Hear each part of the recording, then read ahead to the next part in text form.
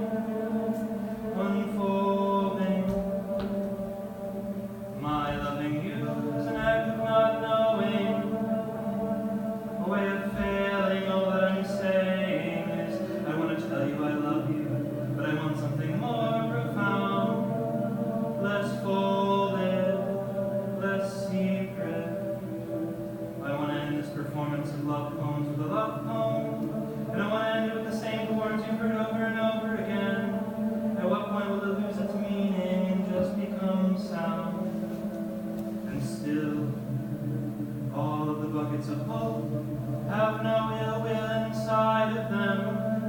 They are broken and loose, malleable and perfect and totally unusable.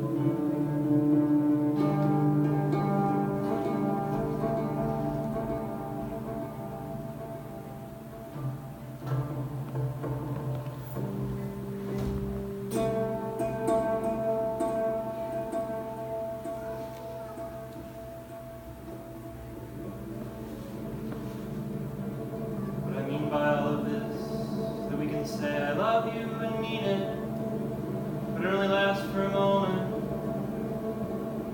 My loving you is a continuous act, opening every window in the apartment in the shape of a Mobius strap, trying, unfolding, and always failing, unfolding.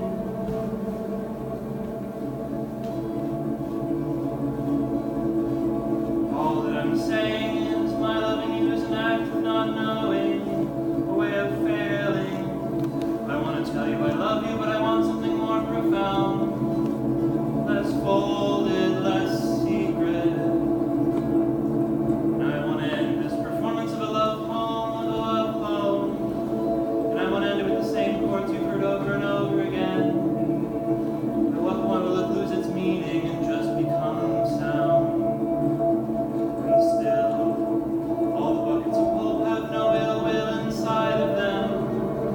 Broken and loose, malleable and perfect and totally unusable.